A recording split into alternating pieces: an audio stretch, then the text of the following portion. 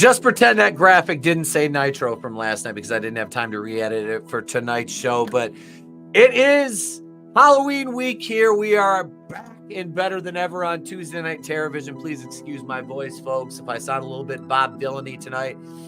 I do have a little bit of a head cold, but it's not going to stop me. It's not going to stop Mrs. Co-host Trina. How you doing, Trina? Welcome back. I am well, thank you. It's great to be back, and I'm so looking forward to getting into this movie with you. And hello to everybody out there watching in Chatland. Hail the chat. You saw we thanked all our channel members and subscribers over on Patreon. That's patreon.com/with horror. I didn't forget. I still got a $250 tab, I think. But yeah, we just uploaded the commentary from last Tuesday night. We did a Hard Ticket to Hawaii, Andy Sedaris film. That's available over on patreon.com/wrestling with horror 420. Hey, Manliness and Jeremy Nix. Jeremy Nix says, fun fact about this film. John Carpenter hired Robert Englund to rake leaves between scenes. Robert got his name out there and the rest is history. I've heard that before, which is a really cool behind the scenes fact about this. I watched this movie today for probably the millionth time. I love this fucking movie. I do. And the way I watched this today, I rewound a lot of things, and we rewatched the scenes where he was just in the background more than anything. The shape stalking.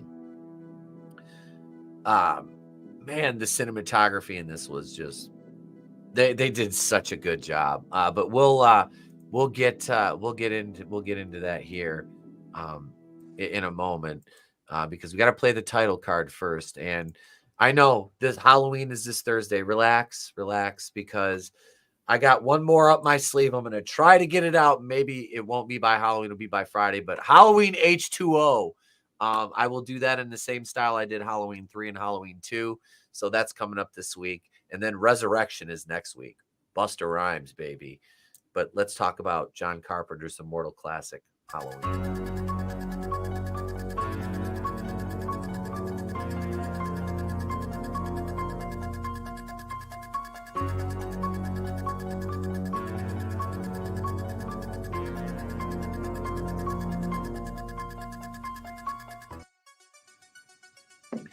So from the opening title sequence on, I mean, we're treated to one of the best scores by one of the best horror composers in all of the genre. Let's face it, John Carpenter's a fucking genius when it came to that. Yep. His music is stuff that I can just listen to just walking around the house, earbuds in or on my speaker or whatever. But this, the first image I saw from this movie, because I saw, it was on like a HBO commercial, and it was a scene of him busting through the closet and the light flickering on and off, and when he looks down at Laurie, because I'd seen the Friday the 13th movies before I saw this one, so I was more of a Jason guy. And I started watching these, and when part 4 hit, I was completely sold on Michael Myers. But this is the one that started it all. So I'm going to let you take the lead on this one, Trina. Oh boy, put me on the spot. Well, yeah. So this movie is always going to be near and dear to my heart, because this is the movie that sparked my love of all things horror. This was the genesis of it. And yeah, like you said, from the very beginning, I mean, even before they show anything of the movie, the way that it opens is just awesome. So the first thing, you just hear the theme song, the famous theme song, and then you see the that carved pumpkin, and that's all you see at first, and then you see John Carpenter's Halloween, and then like that. no other horror movie starts out like that. I love the way that they did that. And then one thing I really liked about also the opening part was how I've seen this movie like you so many times now, and I've seen The Nightmare on Elm Street, the first movie, so many times, and it's funny that it didn't occur to me sooner than today. But I noticed today watching it that in the beginning of this movie, there's a children's song, and I was like, oh wait, that's how Nightmare on Elm Street, the first one, starts out. And I was like, I can't believe that I didn't put that together, like a long time ago. But I was like, so much of horror that came after this movie, you can tell was influenced by this movie. And that's just one thing right in the beginning that like got me. And then another thing, like right after that, you see the camera shot on the house. You're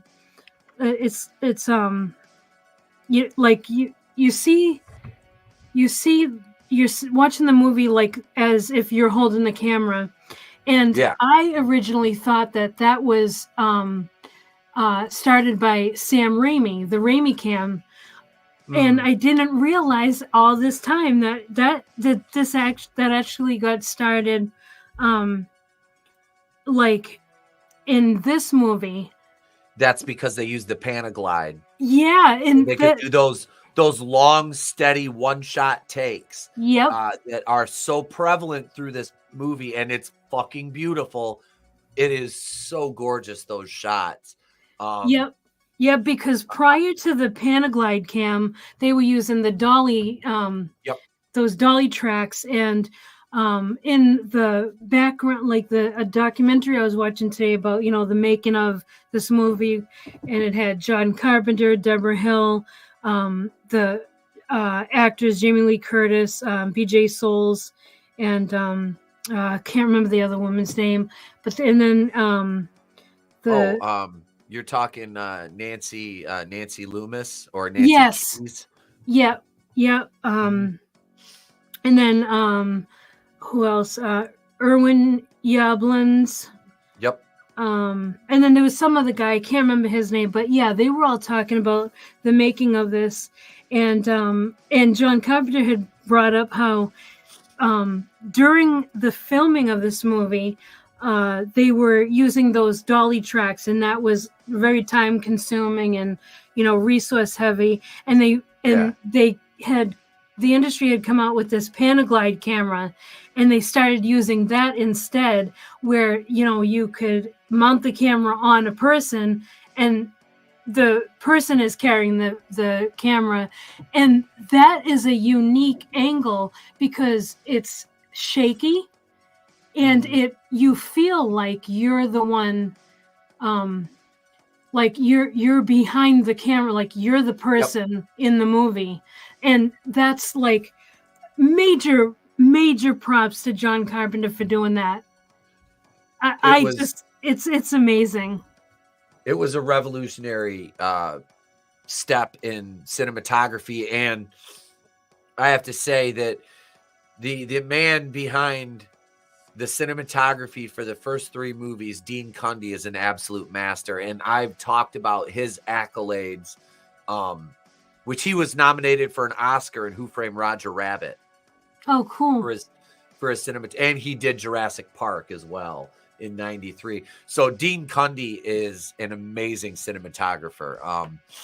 He worked on Escape from New York, a bunch of other Carpenter movies, and has an amazing filmography. So, yeah, cool. The way they shot this worked so well. Was Tommy Lee Wallace in the documentary too? Because I know he's a very close confidant of Carpenter's. Yes, he was in it. Yep. Because he's the one that stepped in to direct part 3 after, oh God, what's his name left? Joe Dante. and Wallace was production designer on the first one. Yeah. He worked, I believe, production design on part 2, and then stepped in to direct 3 and rewrite the script as well. Oh, okay. Yeah, like that's so you have a lot of background information on that kind of stuff too. See, like directors and everybody, like I don't really I don't have the brain space to retain all that information. So yeah, so that's good that you do. Yep. Because we need one of us too. I went through those deep dive videos into 2 and 3, and I did part 1 last year. I did 4 and 5 last year. I did 5 this year too. So it's like I have all of this information that's still right there. You know what I mean? Talking about like directors and cinematography and scores and production and things like that and script. But yeah, this the Carpenter and Deborah Hill were like the oldest people on set as far as behind the camera went during this, because everybody that was on production they were 20 somethings. They were kids basically. And Carpenter and Hill were in their 30s. Yeah, I think like the oldest actor was 21 years old or something like that, or 22 maybe. Yeah, they were young. Yeah, outside of like Cyphers and Loomis. Obviously. Obviously those two. But you had Nancy Keys or Nancy Loomis, Annie Brackett was young. Linda, PJ Souls' character, was like in her early 20s. So was Keys. Jamie Lee Curtis was the only one who was like 18. Bob, that played PJ Soul, Linda's boyfriend, they wanted Dennis Quaid to do that, but he was unavailable because he was shooting another movie, and him and PJ Souls were actually married, I believe, at that point. So you had this bright young cast, and then you had Nick Castle, who was like, I just want to help. And he's like, Carpenter's like, why don't you play the killer? I know. Oh my God. Yes. They in the documentary, they talked about that. And I'm learning all that stuff today. Like I had never looked into, I don't usually look into like the making of, whatever movie. I don't usually get into all that. But I was like, you know what? I have been a fan of this movie forever.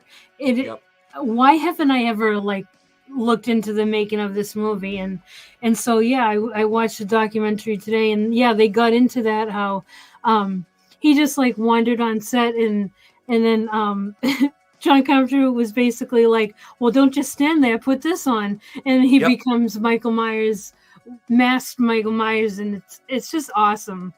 And he would only get paid $25 a day. Yep. None of them made like it. Listening to the documentary, Donald Pleasance was the only one that made any money. Yeah, he made the most money, and they could only afford him for one. They did all of his shots in 1 week. Yep. That's all they could afford him for. $25,000 was what he was paid for the movie. Yep. Yeah. It's that. Yeah. Like that was a massive part of the budget when you think about, like how, because I think, they originally got a budget of $300,000, but it ended up costing like $320,000 to make, and so that was quite a percentage of the budget was to Donald Pleasance, and they talked about how they had originally asked Christopher Lee and who was the other guy they asked? Christopher Lee regretted turning this down after the fact. He regretted it. He was already such an established horror icon. Yep. And I'm in hindsight, I'm glad he did, though, honestly. I'm not saying Christopher Lee wouldn't have been magnificent and made Loomis probably, just as great as Donald Pleasance did. But after seeing Donald Pleasance in 5 of these movies, I couldn't imagine anybody else playing Dr. Loomis in that, and I saw Papa Cotton ask earlier, Are we going to eventually get to trashing the Rob Zombie ones? I think we always do. I think we've talked about them enough to where we should just do an episode and talk about both of them. I mean, we probably should. And just get them done. But you know what that leads to? We've opened Pandora's box, and now we have to do the David Gordon Green trilogy too, which, oh my God, I reviewed those over the course of a couple of years, and those movies are fucking terrible. I would rather watch those than the zombie ones, though. But for the sake of the show, I will watch the Rob Zombie ones each one more time. Oh yeah. I would absolutely watch the zombie ones over the latest trilogy. The latest trilogy, especially that last movie, I'm legit pissed about it. Oh, you can hear it in my because I listened to a couple minutes of each of the reviews I did as Cleveland for the David Gordon Green trilogy, and yeah, I was angry. Yep. When I was doing those, it's just the decisions and.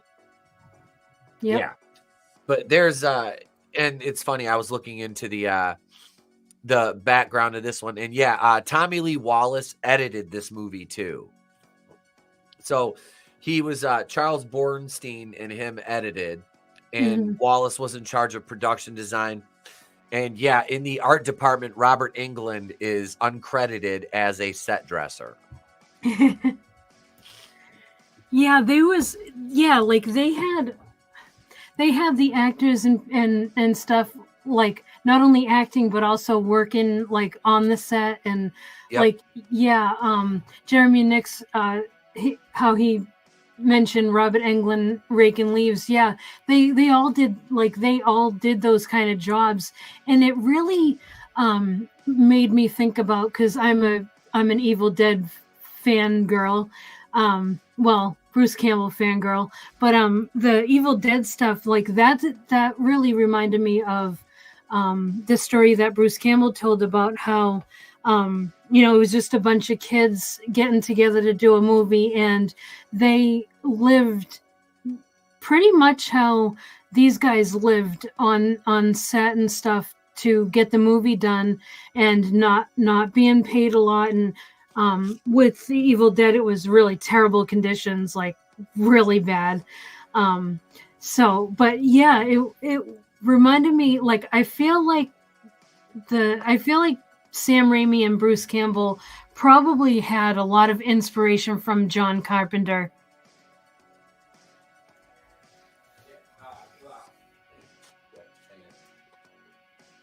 Well, Carpenter, his filmmaking, I mean, his style is so distinct. And you can, I'm not the biggest, a huge Raimi guy like you as far as like seeing all of the work, but I've seen a lot more of Carpenter's stuff, and yeah, there is a big influence there. You can tell just the filmmaking style, and I think that's really cool when you see guys like that they're inspired by somebody's work and they don't blatantly rip it off, but they derive some things from the style and they apply it to their own and kind of like, rework it, but you can still see the influence there. Yes. And that's, especially in horror, it's so fucking cool. I really dig that. And the opening of this, like I said, it starts in 1963. We go to that gorgeous shot of the outside. We see, the POV of the boyfriend who, Jesus, Captain Bust a Nut. That guy, I think he set a film record for the quickest climax in a horror film. Even Court lasted longer than that in Friday the 13th Part 6. I know. I was thinking the same thing. Like, well, damn, that was quick. Yeah. So Michael watches those two like make out on the couch. He puts on the clown mask for a second. They go upstairs, and then Michael walks back around, sees the light turn off, boyfriend comes downstairs. He leaves. And then he goes around the back of the house, goes into the kitchen, gets the knife. The mask is on the floor.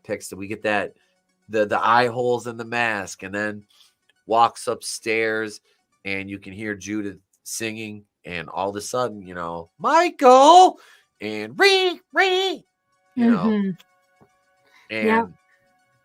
So, fun fact about that scene: when we see the kid grab the knife, that's Deborah Hill. yes, Yeah, yep. I love that. That's so cool because it's like in Friday the 13th Part 2, the beginning of the movie where you see Jason walking through the puddles. That was the costume designer who is a female. That's the only time a woman has played Jason Voorhees. Oh, that's awesome. Yeah. So Deborah Hill played Michael Myers for a scene. That's good, But yeah, so and then and I've heard this brought up, but it's almost as if he's imitating the act that, the boyfriend, he's got a knife, which is a very phallic symbol. He stabs her and then leaves because he saw the boyfriend. They did their thing and then he left, Yeah. So Michael just goes and stands out. Well, obviously he's in shock. He's a child. Yeah. So, and then the parents, I love the scene how they zoom out on that and they go wide on that shot of the parents. Yes. Standing there with him. And I always found the mother's reaction so just nonchalant. Like, I know it's just supposed to be like an establishing shot, but I'm like, man, she has like no emotion. I know. I noticed that too while watching today. It's funny because, like we've seen that scene so many times, but it didn't occur to me till today how very unattached they are. Like little Michael standing there with a bloody knife, like he's got a 1,000-yard stare, and they're like, Michael, and they're just like, there's just no like, well, what's going on? What's that blood? Like nothing. It just pans out. Like it's awesome. It's just Carpenter was a magician with this movie. Mm-hmm. He knew how to take not very much and make a lot out of it. Mm-hmm. Yes. And it completely worked. See, I wish they had the scene, because no, that's edited out. I think that's from Part 2, the TV cut. Because you see Loomis and I can't think of the other doctor's name, because it's the one that would go on to be the Man in Black, that are walking out when he's getting released or whatever. You know what I'm talking about? They come out of like his hearing or whatever. And wait, no, this is after the escape. So wait, where do we go? We go right to the escape after this, because Loomis and what's her name are in the car. Yeah, Loomis and the other nurse are driving. Nurse Marion. Is it Marion? Is that her name? I couldn't remember. Marion Chambers. It's Marion Chambers. Okay. Yeah. But yeah, we get that scene where they're driving to Smith's Grove. Yep. And yeah, that is so, like, first of all, she's smoking with the windows up. I'm like, Jesus Christ, it's my mother. I know, my parents. I was like, guys, can I breathe? It's my fucking mom right there. Oh, my parents were like that. Leaving church with a fucking Winston Light 100 or Benson Hedges. My mother smoked those and then she moved on to a different brand until she ended up with Misty Light 100s. And I don't know what her last cigarette was. Yeah. But yeah, those friggin'. They're like that long. Yeah. It is. Oh my God. You can't even reach the end of it to light it. Yeah, he was like, can you light this, please?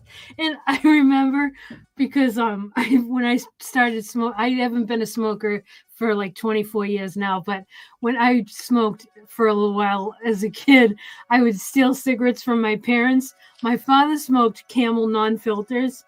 I couldn't hack those. They were awful. So bad. Terrible. And what was worse was that all the tobacco would get on your lips, and so you'd be like, Then I was like, no thanks. So then I took my mother's cigarettes, and those Winstons, oh my God, they tasted so bad. Oh, they were fucking terrible. Because I smoked Marlboro Lights when I first started smoking. Yeah, And they yeah, if switched I to ran, those. I would take those from my mom, and then I switched over. I smoked Newports for a while, Yeah, I and tried. and then it was Lucky Strikes for about 2 days, and then back to Marlboro Lights. But yeah, I smoked Marlboro Reds. That was the last cigarette I smoked, was a red. Because that's what the wife used to smoke when she smoked, was Marlboro Reds. Mm-hmm.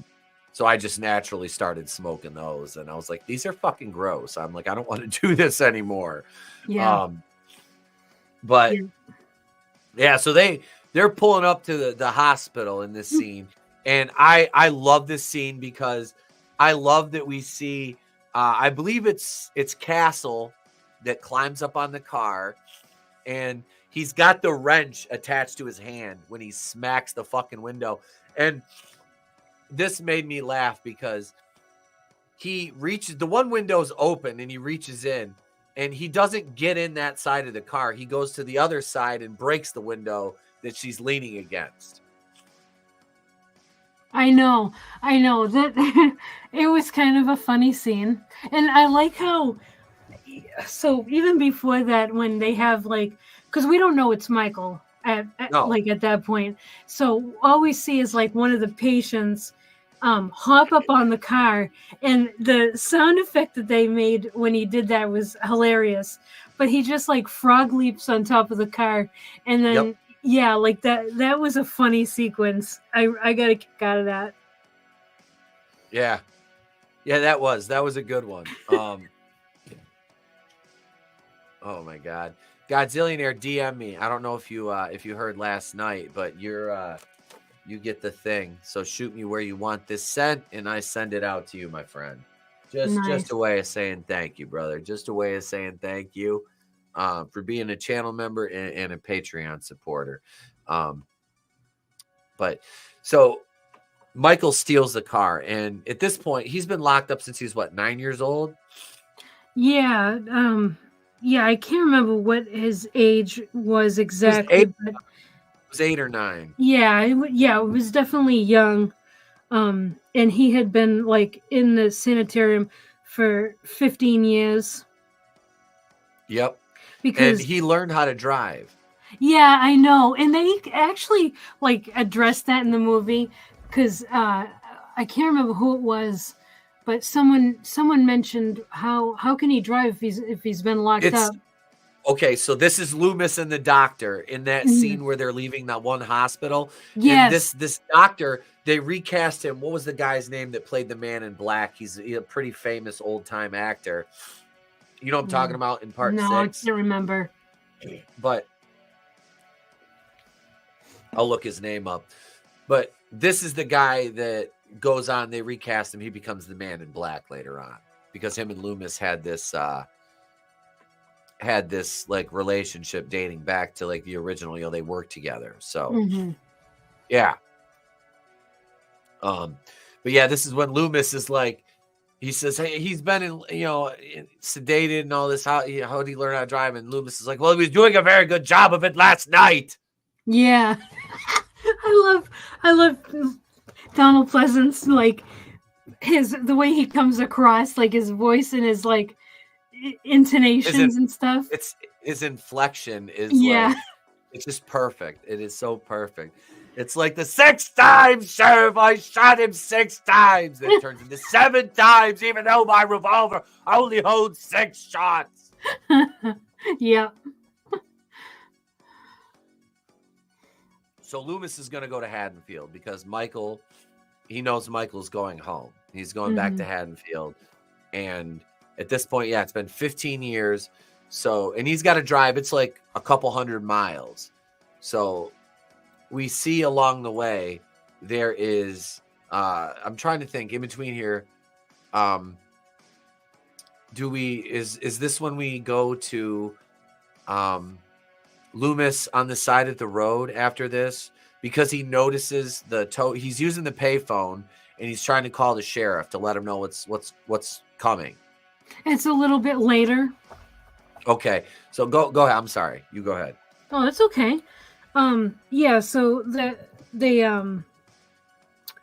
so now we're in Haddonfield now, and this is where we see like Jamie Lee Curtis's character. She's walking to school, and she has to drop off a key at the Myers house because people are going to be looking at it because her father's a real estate agent, and they're going to be selling the house, and then we see so that all that takes place, and as she's walking we see like she goes to put the key up like wherever, like under the doormat or whatever, and we see kind of like a shadow on the other side of the door. She doesn't see it, but we do, and we hear the breathing. Yep. And then she just walks off like she doesn't know he's there or anything. And so as she's like, her and Tommy like part ways because he goes to elementary, I guess, and she goes to high school, or however, I don't know, but they go different ways. And we see him like watching. So it's the shot is we're watching her go to school as Michael Myers, and we're hearing him breathing. And I love the way that's shot because, again, the mystery of it and the cinematography is amazing. Nice. Travis Mitchell. One strange detail is when Loomis finds a truck, we appear to see two inmate gowns. Michael was naked under the gown and didn't have pants, so I wonder if it means he had someone with him. Well, I had the second gown wrapped around my junk. I didn't want indecent exposure added to my murder charge. Yeah, I don't know about that. There was two gowns though. There was. Yeah. Let me hang on. Let me pull the clip. Hang on. I don't mind doing this. Let's see. Yeah, because the one is on the ground and the other one's hanging from the door of the tow truck. Sometimes when you're in the hospital, although I don't know why he'd be in a gown, because usually that's like an ER thing, but usually, well, I shouldn't say usually, sometimes they'll put one facing back and one over facing front so that you're totally covered. Yep. Yeah, I didn't. Yeah, he would have been in like almost like Scrubs, you know? Yeah, he was in an asylum. He wasn't like in the hospital. No, he wasn't in for a surgery or anything like that. That was one thing that kind of tripped me out. Mm-hmm. Let's see. Hang on. I'm pulling the clip up right now. I just pulled the whole fucking movie up on Shudder. Manliness. This is actually a valid point because in that documentary I watched, they did say that they didn't have a costume designer. They couldn't afford one, so everybody wore their own clothes or what they could cheaply get. So yeah, probably getting like a couple of hospital gowns was a lot cheaper. So yeah, that's a valid point. Yeah. Yep. Budget thing. Absolutely. Let's see. God damn it. Maybe he was getting a colonoscopy before he decided to break out. I mean, you never know. Yeah, he didn't want stuff shoved up his arse anymore. All right, here we go right here. I got it. Okay. Whoops. So there we are right there. Mm-hmm. Okay, so you can see the one over in that's over here. Yeah. There's one hanging there. And then you've got the other one hanging off of the door of the truck. Yep. So there's two there. We can just play a couple seconds here. You see, he pulls the one out. Look, I found his running around with his dingling hanging out. Sheriff, you've got to stop him. He's flashing everybody. Yeah, I'm going with my theory that they put one facing the back and one facing the front so that he was at least covered that way. I'm thinking it's just a budget thing. Yeah, probably. And then like you go on here and he's like, oh, okay, so this is here. He looks in the truck, finds the other one. I gotta pause it. But it's so funny because we go over here and he sees the red rabbit, the matchbook, which Nurse Marion had the same one, right? Yeah. The rabbit in red, which they make a callback to that in Rob Zombie's Halloween. Oh yeah, you're right. I remember that. Yeah, that they do in his. And right here, it's great because they pan out. Loomis is like, I'm not going to investigate anymore, but hey, here's the fucking guy right here. And this dude looks like the science teacher from Stranger Things. Yeah. He does. So this guy goes into the kill count. So, I mean, you've got Annie, Bob, Linda, and this guy right here, right? That's it. And the dog? Yeah. Oh, yeah, yes. Two dogs. One we don't see him kill, the other one we do. Yeah, two dogs, yeah. Because the one is just laying in the house. And Loomis and Brackett find it. Yeah. And then in the very beginning, Judith Myers. Yep, Judith. And he kills Lindsay Wallace's German Shepherd, Max, too. Yeah. But yeah. So, okay. So, yeah, this was done for budget reasons, probably. Yeah. But he was, Travis Mitchell brought that up in the beginning. I think he was wearing a gown in the beginning of the movie. Mm-hmm. When he jumped up on top of the car. Yeah, he was. Yeah. But so he's back and oh my God. Yeah. Well, you know what's funny is that, well, we haven't gotten there yet, but whatever. It's everyone's seen this movie. But when they stumble upon the dog in the Myers house, Loomis goes, he got hungry. He must have gotten hungry, Chef. Oh my God. He couldn't find a Waffle House on the way here. Michael was hungry. He had to eat. Oh God, that was gross. Like, I was like, why? That's disgusting. Like, why make him like some kind of, I don't know. It just didn't seem right. Some sort of psychopath? I mean, but eating dogs? Like, I don't get that. I don't care how many people you stab to death. Don't be eating dogs. Yeah. Oh, yeah. They actually addressed that in the documentary too. Oh, the commentary, whatever you want to call it. But yeah, Deborah Hill was like, oh yeah, that scene. She was like, I'm a dog lover, but we had to do that to show how psychotic he was, that how he was evil. He wasn't like just an insane human. He was evil. Yeah. Yeah. I think it was funny how they hired Deborah Hill specifically didn't hire, but she wrote for like the teenage girls. And then PJ Soul says totally like 9 million times. Yes.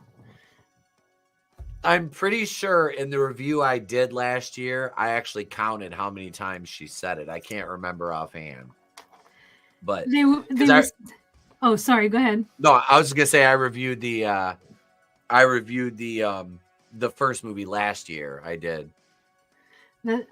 So they were saying that because they all went and saw it when it was finally released in theaters, that they all went like multiple times in different cities to see it, and that they were gauging the audience's reaction, and the audience loved loved how she would say totally all the time. So they started, after every line of hers, they would say totally out loud in the theater.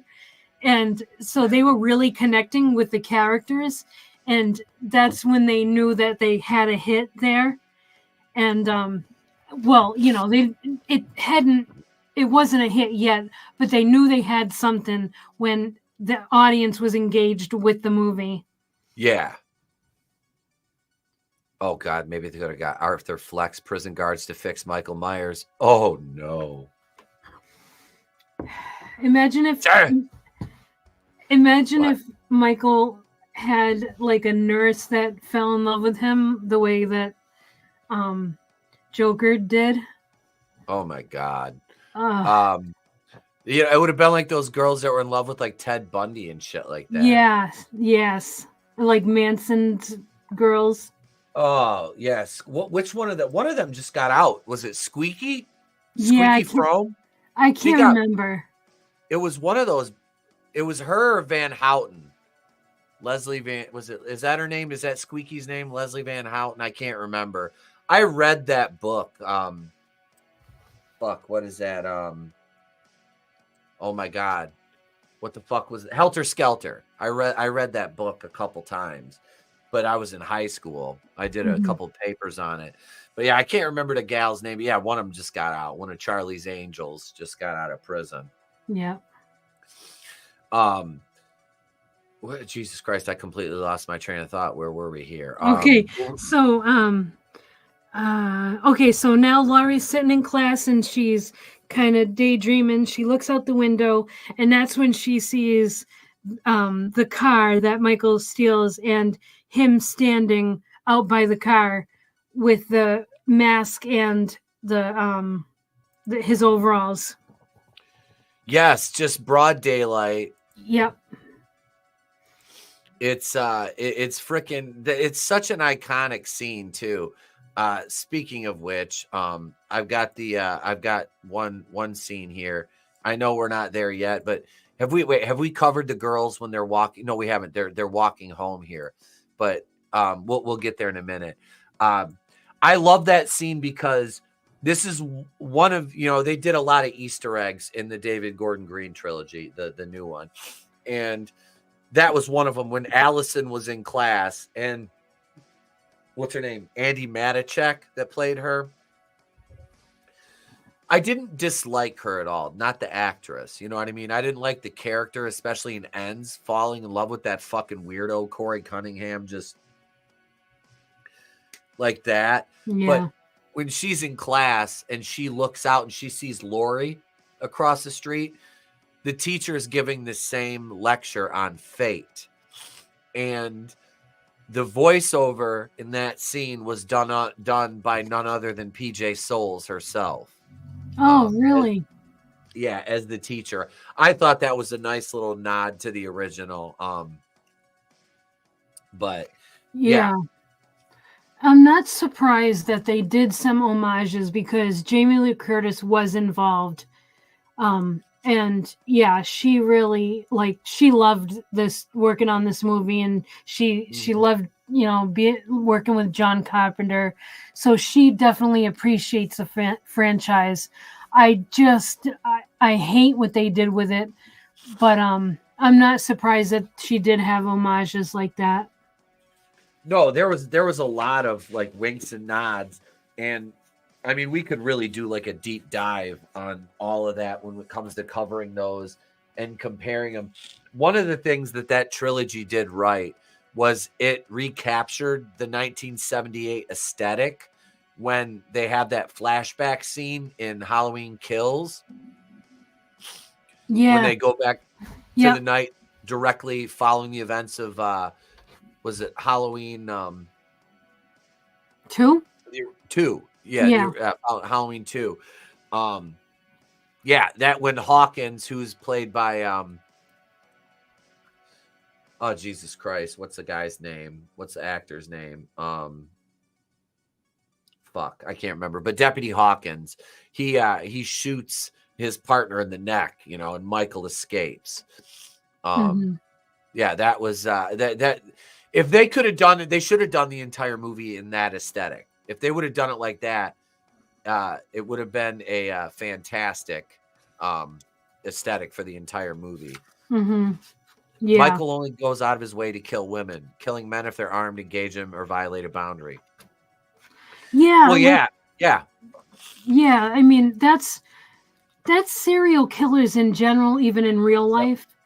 Yeah. So yeah, it makes sense. But yeah, I actually did notice that. And I was gonna say, I love in this movie, they go out of their way to show that Michael is human. You know, there's no supernatural ability in this at all. Other than the very end. But even then, it's not really supernatural. I mean, you got to figure he's completely beat to shit at that point. You know, he's been shot 6 times. But then his body, like he gets up, he disappears. So you gotta wonder, and that was actually one of the things they talked about. But we can, like, if you want to wait until we're there, we can wait. Because we're getting derailed big time. Yep. Okay, yeah. So she sees him across the street in the car. All right, and then school gets out, and we see Tommy carrying a gigantic pumpkin, and the kids are tormenting, saying that the boogeyman's going to get you tonight and everything. And then one of the kids trips him, and his pumpkin smashes. Poor kid.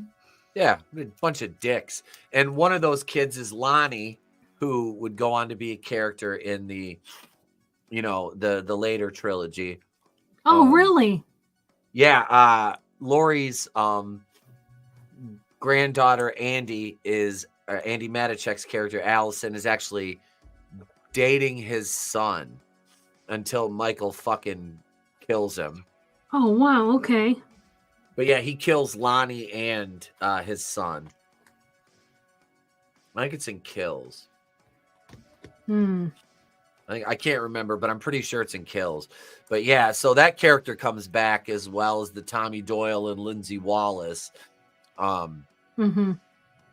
They come back. Tommy Doyle would be the third actor. Kyle Richards actually reprised her role as a adult Lindsay Wallace, which was kind of neat. But yeah, they had Anthony Michael Hall play grown-up Tommy Doyle. Yeah, and Michael grabs Lonnie, and then he looks at him and he lets him go, and then he follows Tommy.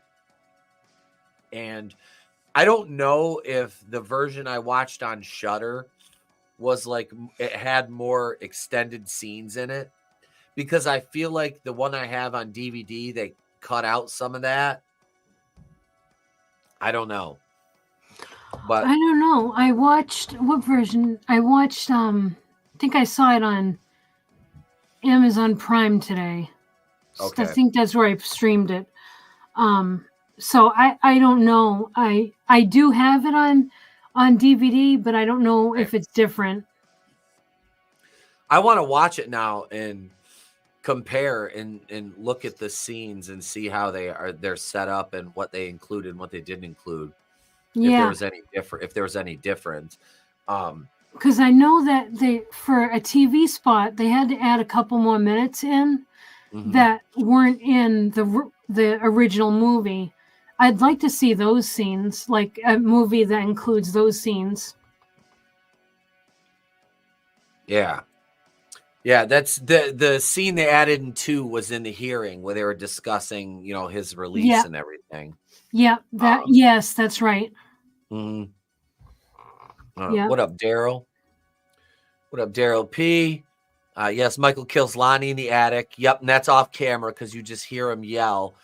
And Cameron on the staircase. He fucking destroys Cameron on that staircase. Yeah. Big John and Little John. Yep. Yeah, the one went after him. Yeah, that was the problem. They both of them went after him. They had knives. But so he's following them when they're going home, and this is where we get the "Hey jerk, speed kills," which is fucking funny because then he hits the brakes, and Annie she doesn't care.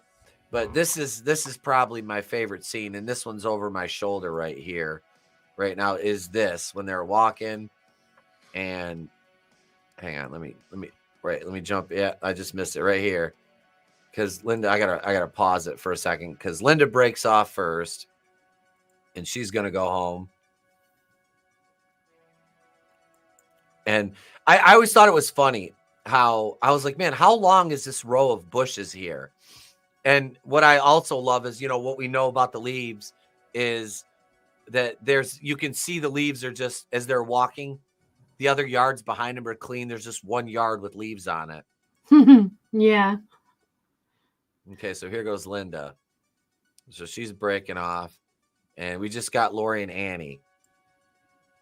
And yeah, I forgot my chemistry book. Oh, there he is right here. This scene. Like, okay, so the hedges go back. Like, this motherfucker, like, he's quick. Like, he's quick. And he's just standing there in broad daylight.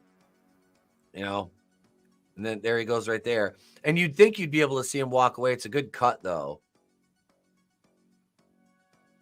He's gone at this point. Yeah, I love that. Yep. And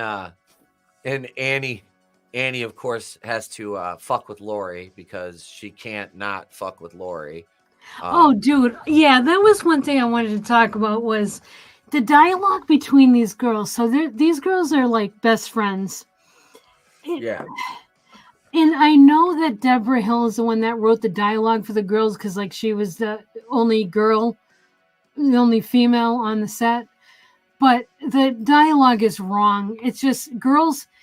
That's how guys talk to each other. They antagonize each other, and they're like, you know what I mean? You can't get a date and this and that. Like, women don't talk to each other like that.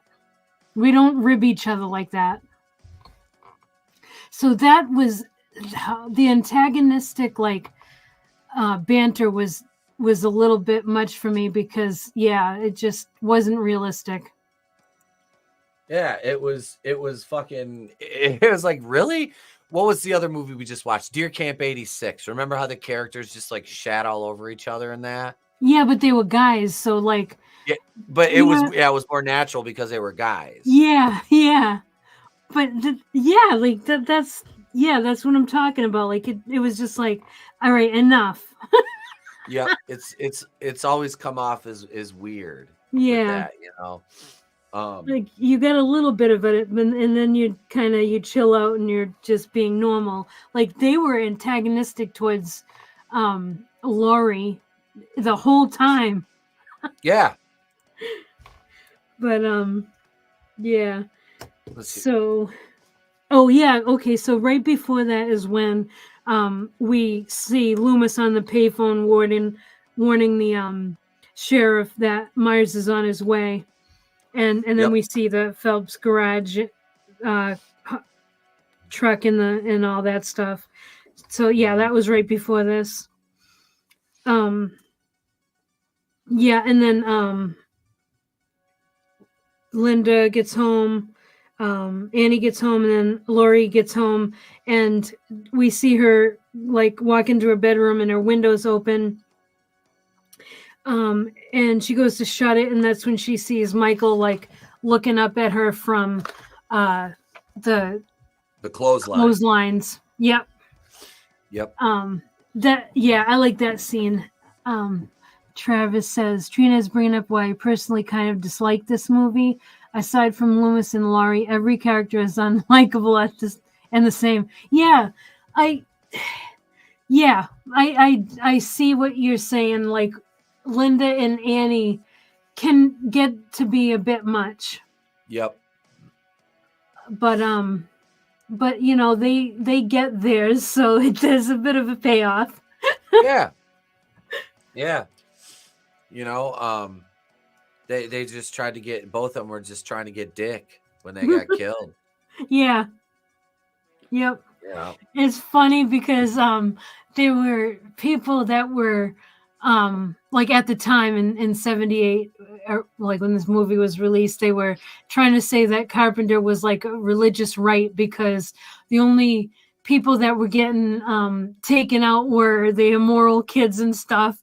And I'm sitting there watching the documentary, and I was like, man, I hope that's true. Like, I hope that's really what his motivation was when he made the movie. But in the documentary, he was like, no, it wasn't that. It was just, and he gave some answer. But inside, I'm like, yes, it was. It totally was. Because, like, that's what it seemed like. Michael goes after his sister after she gets it on with this dude. And then, he's going after all the kids that are, getting it on. And, I mean, yeah, he goes after Laurie. But she kind of gets, I don't really know, because that's one thing that kind of also makes you feel like, well, maybe it isn't the immorality because she wasn't being immoral and he was starting to stalk her too. Mm-hmm. So, but it does kind of seem like there was a little bit of like a moral to the story type of thing. Yeah. Yeah, there definitely was. It was almost like the Friday the 13th thing, Yes.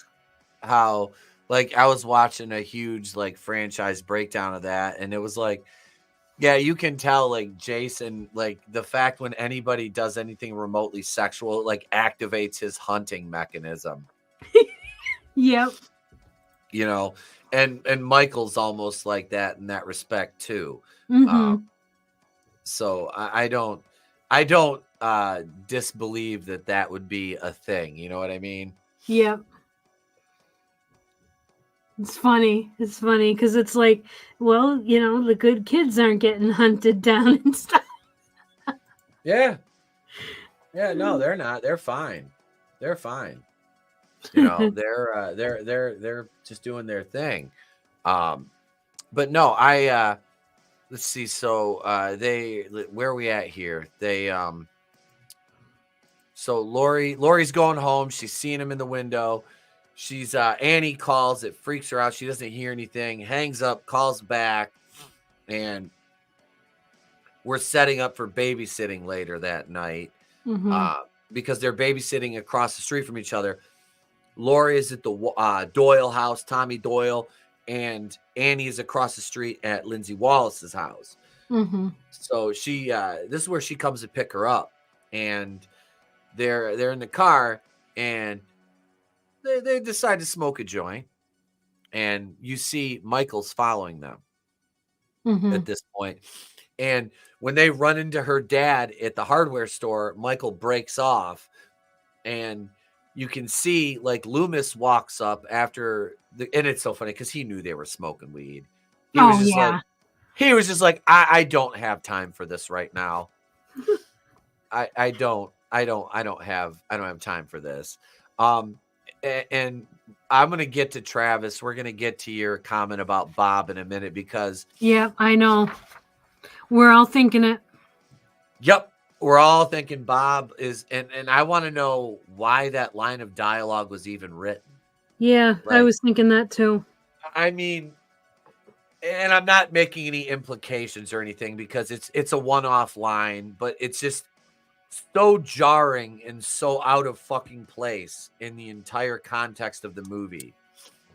Yeah, I don't understand why it was put in there at all. I mean, it doesn't make any sense to me. Is it just to make us dislike Bob even more? That is a valid point because when Bob gets it, it's particularly more gruesome than everybody else. Yeah. So that could be they could have been setting him up as like this guy really deserves it. Yep. Yeah. And this is a good point by Travis. Michael and Corey have an event that sets them on their killing paths. Michael was abandoned by his sister, so targets women. Corey was locked in a closet by a nasty kid, so he targets bullies. Yeah. Yeah. Yeah. Absolutely. That tracks, man. Yeah. So they go to the houses, and Michael, he's been following them. We see he's first kind of locked in on Annie. You know, like for the evening, Annie's going to be his first target. Mm-hmm. And yeah, he's just standing in the street watching her walk in, and then, you know, the parent, Lindsay's parents leave. So it's just Annie and Lindsay. And I just, another thing that bothered me is when she gets the popcorn butter on herself, who just strips down? I know, it's kind of stupid, but it was like, how else can we get her to the laundry room, which is oddly not connected to the house? Like, I didn't know that was a thing. And I made a point of talking about that in my review last year. I'm like, I'm from the Midwest. There is, I live in, you know, in northern Michigan. There is no fucking way you could have a laundry room like that if that building wasn't heated and insulated, and that building is clearly not. Those pipes would freeze like that, and you would have a water leak. What up, CB? You know, yeah, it's just, it's fucking fun like that. I mean, it's, you know, for a West Coast thing, you know, that's, well, we know that manliness. But I mean, yeah, it's just, it's like, this is not a Midwest thing, you know? Yeah, obviously. Yeah. But yeah, she gets stuck in the fucking window. Oi. Yeah, that's that fucking Lindsay's just sitting in there, you know, she's her fucking voice, Lindsay. Oh God. I was like, okay, just kill her. Just please. Me too, Slasher. Me too. I kind of had a. Oh yeah, I get it, Travis. What up, Slasher? Good to see you, brother. Yeah, I get the laundry machines are too loud and they're hot, so they put them in a separate shed. But yeah, they have way too much money. Yeah, my laundry machine is in my laundry room. You know, Annie, I used to have a little thing for Annie, for a character. I was like, I thought she was cute. And then I'm like, man, this bitch is. And then I saw her Halloween 3. I'm like, oh, so she actually lived, relocated, and she's even more annoying now. Fuck. No wonder Tom Atkins divorced her. He was banging all those nurses. The medical examiner, Teddy, nurse. He was slapping Nurse Agnes on the ass. You know. Yeah, he was a wicked womanizer. Oh fuck yeah, he was. It's the mustache, Trina. Yep. Chicks dig the stash. Is Annie okay? Are you okay, Annie? Get out of here.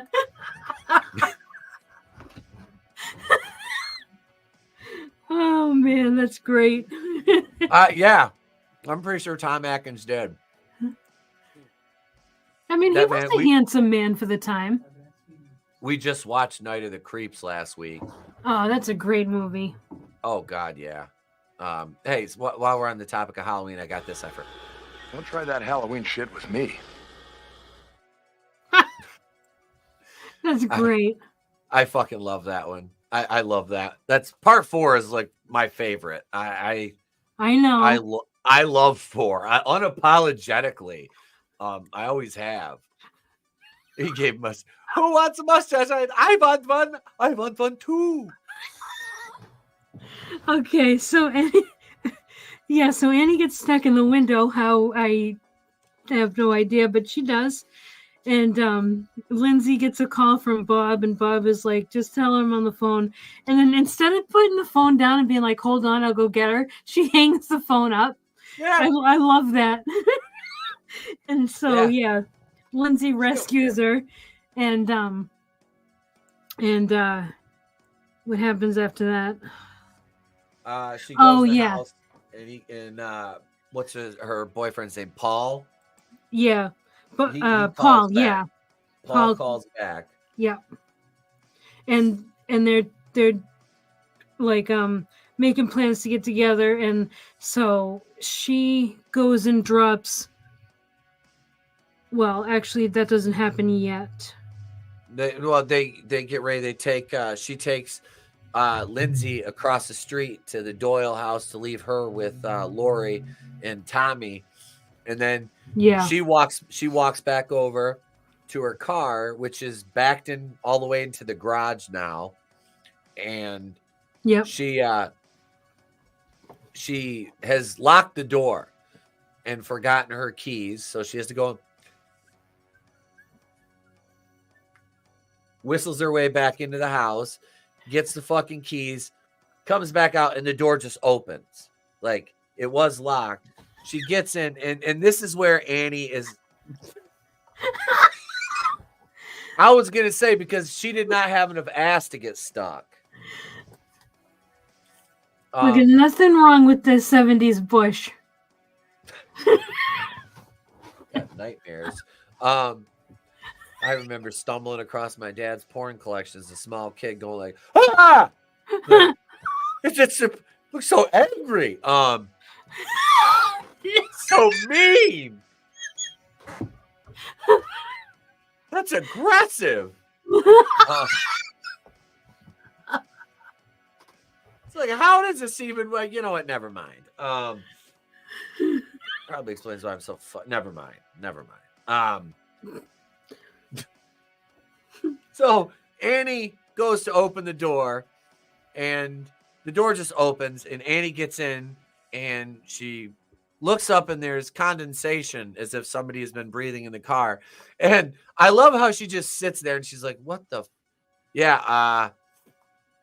And then she gets choked out, which all of the kills, and they've made a point of this in talking in interviews. I've heard it. They all sound like sex. It's like that Adam Sandler skit. Mm-hmm. Is this two men lifting weights, or is it two gay men having sex? Like that was basically this. Was it like, is this two people banging, or is this some chick getting murdered? And it was murder. I feel like Ja Rule, it's murder. But no, he finally gets bored with choking her, just says, all right, fuck this, and just cuts her throat. And then she dies with like this, just the goofiest look on her face as she slides down the window, hits the horn, and he eventually just pulls her head back. And Tommy sees him carrying her body into the house as he's trying to play a trick on Lindsay, I believe. He's hiding from her. The curtain. He sees. Yes. Yep. He's hiding behind the curtain when he sees that.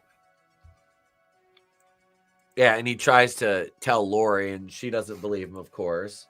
Yeah, because when she looks out the window, he already disappears. Like every time Tommy sees him out the window, he tells Lori. Lori looks out the window, and he's gone. Yep. So she thinks that Halloween is getting to Tommy. Like it. Yep.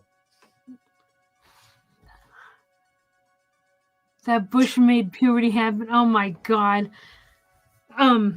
Yeah, so that's why she doesn't believe him, which I can understand, because at least it wasn't the annoying like with X-Files with Mulder and Scully, where Mulder would be like, it's right there, can't you see it? She's like looking right at it, and she's like, no, I don't see it, or no, I don't believe it, that's not what happened. At least it wasn't that situation where, you know, like it's right in front of your face, but you're not seeing it, or you're not understanding it. Like she just didn't see it. So I could forgive that. Although poor Tommy, he's like, no one believes me. And then Lindsay goes, I believe you, Tommy. Yeah. That was cute. Like, aw, it was a nice little moment. So they've carved their pumpkins, and they're sitting there, and let's see, this is when Bob and Linda show up at the Wallace house. And this is something that annoys the shit out of me, is they leave car doors open. Like they when they're having their discussion, and Bob's like, I'll rip your clothes off, you rip my clothes off, then we'll rip Lindsay's clothes off. I'm like, whoa, back the truck up. Beep, beep. Hang on, Bobo.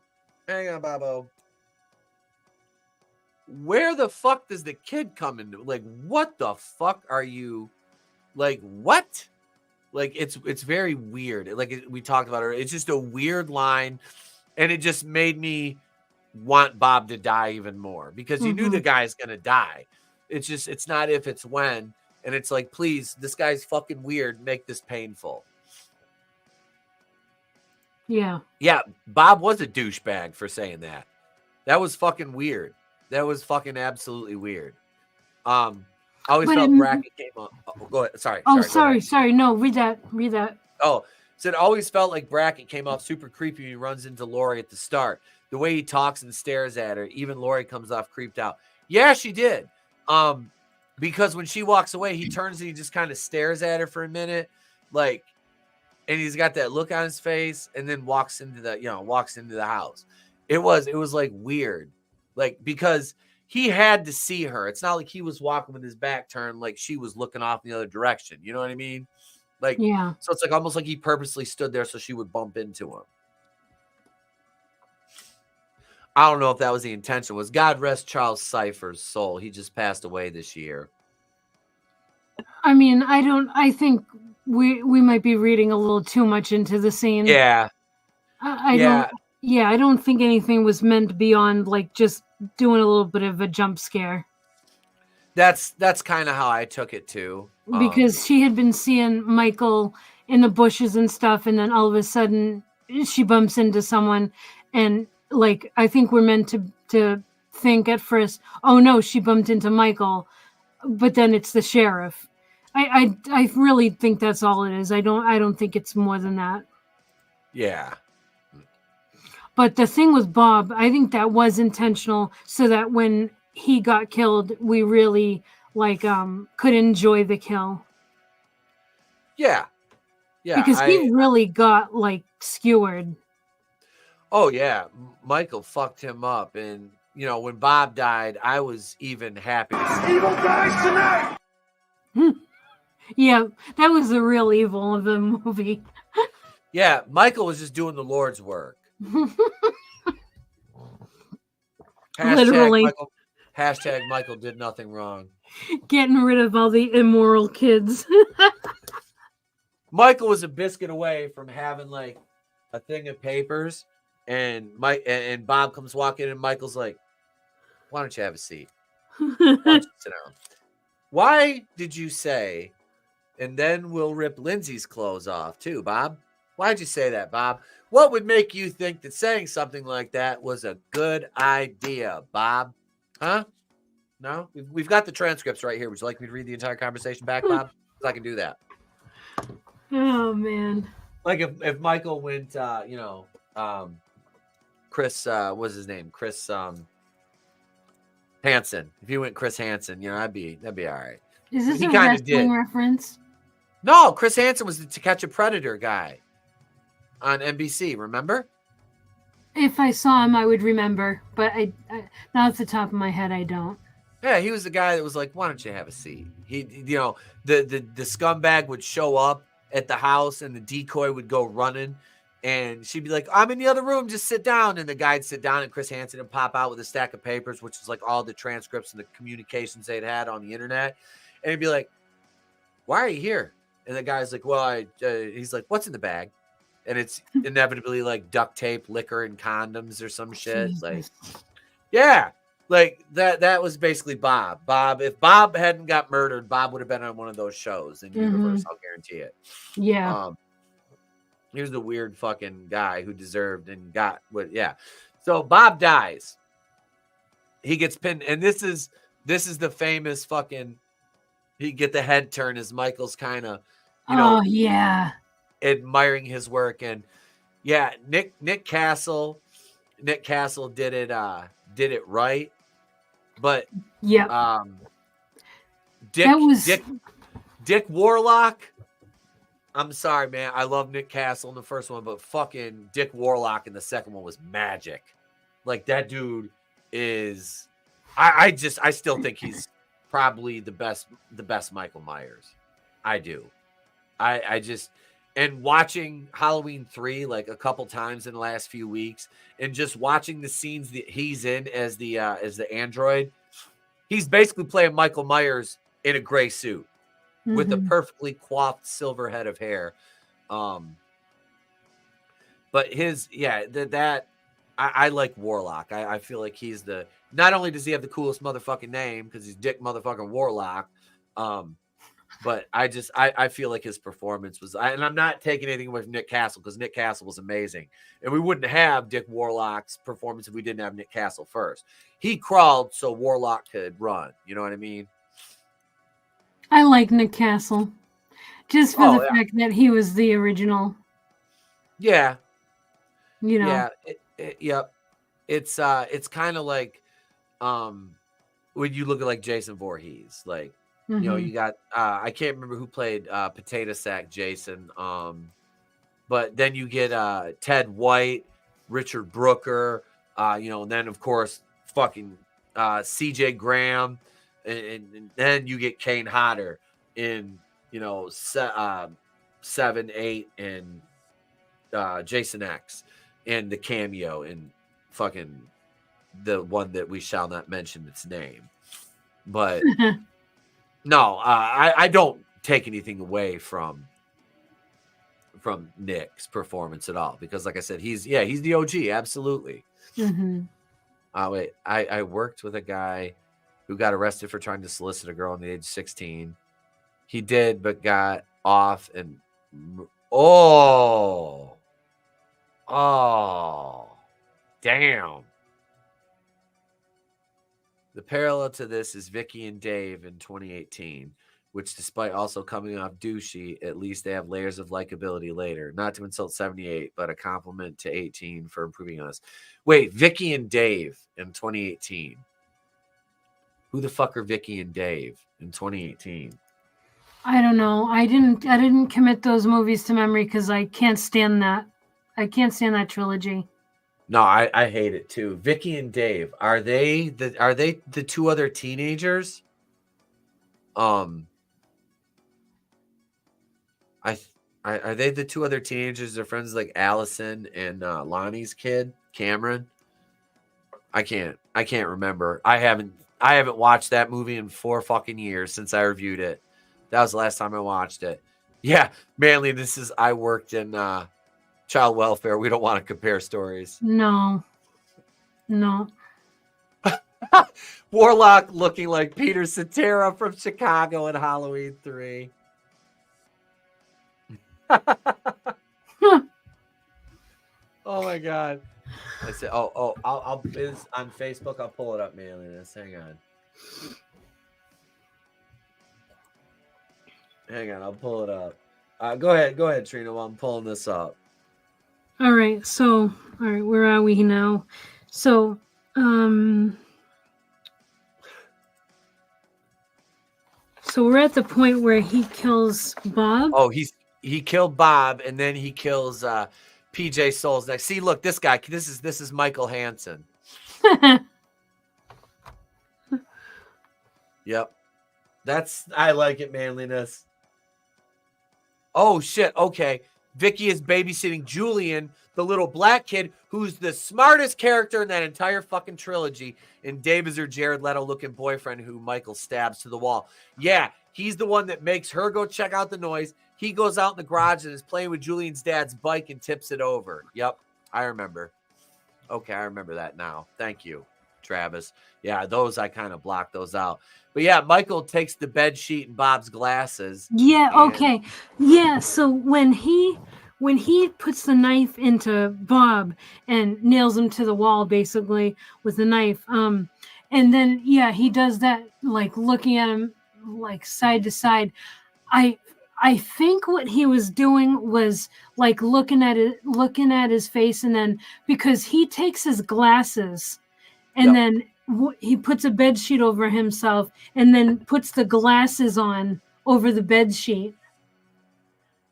Yes. That I feel like when he was looking at him like that weird way after he knifed him to the wall, he was kind of like, I can use those glasses.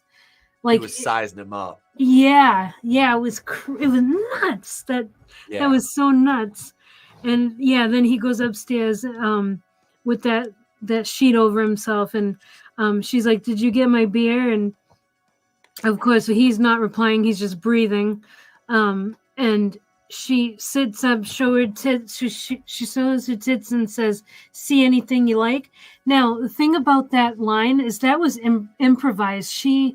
She said that she was supposed to say something else, but she improvised that line, and that's where that saying comes from. She made that saying famous. See anything Really? you like? Yep. That's where that came from. That's fucking crazy. I did not know that. Yeah, it's awesome. And then obviously he's not answering because he doesn't talk. And she's like, she gets on the phone. She's like, "I'm gonna call Lori," and then that's when he goes over and he strangles her with the phone cord. And Lori thinks that it's Annie. She goes, "First I get your famous chewing, now I get your famous moaning." Yeah, because she had gotten, at the beginning of the movie, when she got home from school, she got a prank call from Annie doing that, like whatever noise she was doing with her mouth. But yeah, so she thinks it's prank. She's like, "Annie, are you okay?" Manly, that reminded me of Manliness. But she's like, and then of course Laurie's not answering because she's getting strangled, and she's like, "If this is a joke, I'll kill you if this is a joke," or something like that. And then there's nothing, and Laurie, like, they hang up. And then Lori looks out the windows and sees the lights go out at that house, at the Wallace's house. And she calls the phone. She calls back, and there's no answer. And she finds that weird. And so she decides to go over to see what's going on. Meanwhile, Loomis is still waiting at the Myers house, and then we see him look over, and he spots the car that the nurse was driving in the beginning. Yep. And yeah, he walks over, and well, as he's walking over, the sheriff pulls up, and he's like, "I found the car. Like, Michael's here. He's down a few blocks," and he's like, "You go around the houses, and I'll stay at the front." And but meanwhile, Lori is going over to the Wallace's house, and she walks over to the side and gets in, and she goes upstairs, and that's when she... who did she discover first? Bob. Yes, Bob's... Yep. He came swinging down. Oh, wait! She goes in the bedroom because the door's shut, but the light's showing. She opens the door. The headstone is on the bed with Annie. Annie's all splayed out on the bed. And then she backs into the closet, opens the closet. Bob comes swinging down. And then the other door gets open, and she sees Linda in there all folded up, kind of like Ray in 2018. What's her name? Karen. Lori's daughter, Karen. Not Jamie. Lori's daughter, Karen, played by Judy Greer. Her husband, Ray, gets murdered. I fucking hated that character. What a all the guys in those movies were just ineffectual fucking weaklings. It was pathetic. It really was. That's I think that's agenda. It was, it was stupid. But, and you can have strong female characters in these movies and do it right, because Friday the 13th did this shit all the time with the final girls. Mm-hmm. Their final girls are always fucking great. Like, they are. Ginny was one of the smartest final girls in horror in Friday the 13th Part 2. She used psychology. Lori, they tried to make Lori out like, she was Linda Hamilton almost, very Terminator 2-esque in 2018. And I don't know, it's just very weird. But no, so Lori runs away, and is this where let's see. Does he is this where he slices her shoulder? And then she goes running across the street to get the kids. Okay, so I'm trying to think. yes. Okay, so Yeah. she like backs away into the hallway and stops in front of like a room with no lights on, and she's like oh my god, and then the way that they shot this scene was awesome because the room is black, and then all of a sudden they played with the exposure on editing where you can see or while shooting, I think, I'm not sure which, where you see Michael Myers' face kind of appear in that room, and then he like goes to stab at her and kind of nicks her arm, and she I think that's where she falls down the stairs there, right there. Yes. Yep. Yeah, she falls down the stairs, and then she ends up like she gets her way out and runs to a neighboring house, and they're like, no, we don't want to have anything to do with this. She's like screaming for help, and then she makes it back to the Doyle residence where she was babysitting, where the kids are, and she's like banging on the door, Tommy. Tommy finally wakes up, and she's like, let me in. And he's just waking up, so it's like he can't move any slower. Yeah. It's like, dude, come on. Like, she's screaming with urgency, and he's just kind of like, yeah, all right, I'm coming. It was so annoying. But yeah, he finally makes it to the door. She gets in, and she's like, go upstairs and lock the door. And he's like, what's going on? She's like, just do what I'm telling you to do. And I liked that. I liked that scene a lot. And so she tries to make a phone call out, but the line is dead.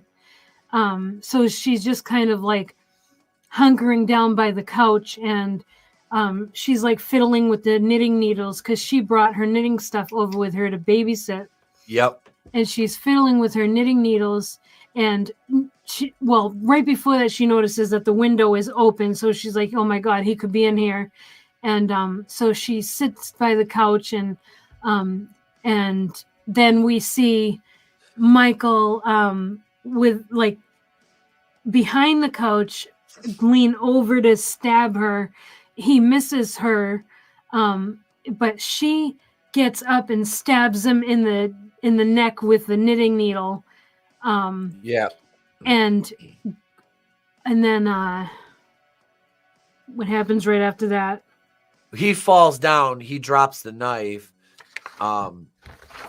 She grabs the knife at this point and then kind of tosses it aside as she's sitting on the floor, because they kind of shot this from like a top down. Yep. And you barely see it. I don't think you can see him. He's obscured behind the sofa and the Davenport, if you will. And she's sitting there and she's crying, and she throws the knife down, which is, again, one of my problem areas, but I understand the why. Yeah. So she goes upstairs to the kids at this point, and Tommy's asking her, is that the boogeyman? And she's trying to tell him they have to get out. And she's like, I killed him, and Tommy's like, you can't kill the boogeyman. He screams, and Michael's walking up the stairs. Mm-hmm. So the kids lock themselves in one room. She goes into what's the master bedroom, because it's got the veranda, the dormer, the balcony, veranda. Jesus fucking Christ. Next we'll talk about the Shifaroa in the corner of the room. I'm just gonna pull out all the old timey furniture references that I can muster right now. She opens the balcony door and then goes and hides in a closet, and this is such a fantastic scene. She ropes up the door with like a blouse or a scarf or something. And Michael walks in, and he's goes, he looks and then he goes to the closet and the door's locked. So he's trying to force his way in, which he eventually breaks the slats on the door. And that is such a fantastic scene. You see everything falling down as he's clearing it out. The light gets turned on and she's down the corner. And I love, he just looks at her and you see her grab that hanger and he reaches in and fucking stabs him in the eye. So he goes back and he goes like this, covers his face. He drops the knife, and as she grabs the knife and double arms him, I think she hit him in the shoulder or like the chest with the knife. And then he goes down. He falls. She goes out of the closet, tells the kids, run down to the Mackenzies, tell them what happened. And she stands up, and as she's standing up, we hear the music cue, and Michael is now the Undertaker, and he sits up. Yes, there's a wrestling reference. Yeah, that is when he sits up. Yeah, and the slow walk out of the room, and fucking he swings at her shoulder again there, and yeah, then we're led into the Loomis. She's grabbing him and she's fighting him and pulls the fucking. And this is Tony Moran, I believe, was the unmasked Michael in this scene, if I'm not mistaken. Yeah, I can't remember the actor's name, but yeah, it was a different actor. I don't know why they didn't use Nick Castle for that. They wanted someone who looked a little more like pretty. It was Tony Moran. Okay, yeah. So yeah, because in that, I think we just lost Etep. Yeah, because in that scene, in the documentary that I was watching, they were explaining the guy that what happened. BRAINBUSTER was just like, do not say Tony Moran one more time. And here we are. So who now? I can't remember. I have it written down in my notes, but can't find it now. Who? Nick Castle. They in the documentary he was like, so yeah, they decided to go with a different actor for unmasked Jason, and he was like, because they wanted him to look pretty or something like that, and he was like, I don't know, I'll let the audience decide if that was the right choice. I think they should have used my face, and it was amusing. It was funny to watch that. Because I don't really see why. I didn't think it was necessary to use someone else. No, I don't get it, but yeah. So yeah, we see unmasked Jason like for a second, and then and he puts his mask. He gets his mask back on pretty quickly. Yeah, and then he gets shot 6 times. Yeah, Loomis shoots him once in from the hallway. Yep. And then 5 times in the bedroom. Yeah, and then 5 more times, and he falls out backwards out that window off the deck. And we see him lying on the ground. And then Laurie says, "Was that the boogeyman?" Loomis says, "As a matter of fact, yes, it was." And then he goes over to the window and looks out, and we see that Michael is gone.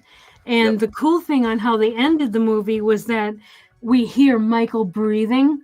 Yes, all those shots, all those different just static shots of the neighborhood and the houses and the interiors, and it's just him breathing through the mask. Yep. So he could be in any of the places that he has been.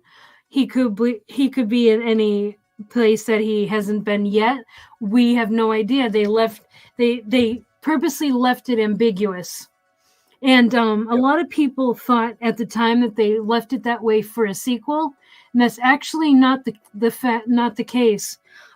They had no plans on making a sequel at all. Nope. No, Carpenter didn't want to, and he wanted to make was it the Fog, and he went around Irwin Yablans to a guy named Bob Raimi to get that made, and Bob Raimi ran into Yablans, and that's how the fucking thing came to, because they sued John Carpenter to get him to make it through Yablans and them again. So yeah, that was a whole thing. Yeah, that was the whole thing. Yeah, they were saying in the documentary that Dino De Laurentiis approached John Carpenter. What's that? Yeah, no, it was, I said Irwin Yablans. It was Dino De Laurentiis that sued, not Irwin Yablans. I'm sorry. I misspoke there. Oh, you good. It's fine. So he came out he was like, we want to do a sequel, and Deborah Hill and John Carpenter, they didn't want to do a sequel, but then they were like, well, we'll give you this money if you do. And so John Carpenter in the documentary goes, I hoard out. Yep. So, yep. And he wrote Halloween 2 drunk. Yeah, he was saying they had a hell of a time writing a sequel, because they were like, we're writing another movie about Michael Myers, but it's a worse movie because nothing can be better than the original. And they really did not want to do a sequel, but the fans really wanted it. You know, this franchise peaked at part 4. It really did. Part 5 could have been fucking phenomenal if they would have not killed off Ellie Cornell, who, I've said it before and I'll say it again, I think Ellie Cornell is superior to Laurie Strode. If you just go part 1 versus part 4, I like Ellie Cornell. I don't dislike Laurie, but I like Ellie Cornell's character better. Maybe it was because that's one I saw first. Mm-hmm. I don't know, but I always liked her character better. I wish they would have not killed her off, and that's something that Akkad regretted. And muting Jamie's character through, 2/3 of the 5th movie was also a mistake. Yeah. But no, Halloween 1, I don't want to call it Halloween 1. Halloween is for all its flaws, if you really look at it from the context of what it did for horror and the slasher genre, this is the one to me. This is the definitive slasher movie. And I'm afraid, I've got, just for context right here, for those of you who are new here, I'm very, very, very, a very big Friday the 13th guy. Like I'm a Friday the 13th guy, but no, I am at some point going to get some Michael Myers ink. But I do love Halloween. I love this franchise. I love it for being, for the most part, in the movies that I enjoy in this franchise the most, more grounded than Friday the 13th in some respects. You know what I'm saying? Let's we got more to talk about, but I want to score this thing. Let's see. Let me grab my official pen here. So Halloween, because this is episode 25, and we're gonna have to rank the other movies we've watched here, because we did the ranking episode was 21. So episode 50 one will be ranking the next 25. So and then we'll have a really big list here.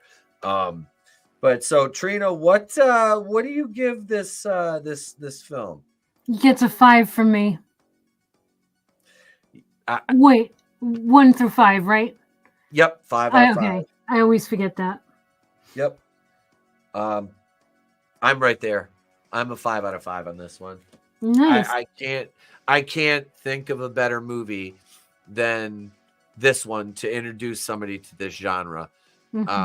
I know Tony has a lot of issues with this movie, and a lot of the issues that he has with this are the same ones that I have with it.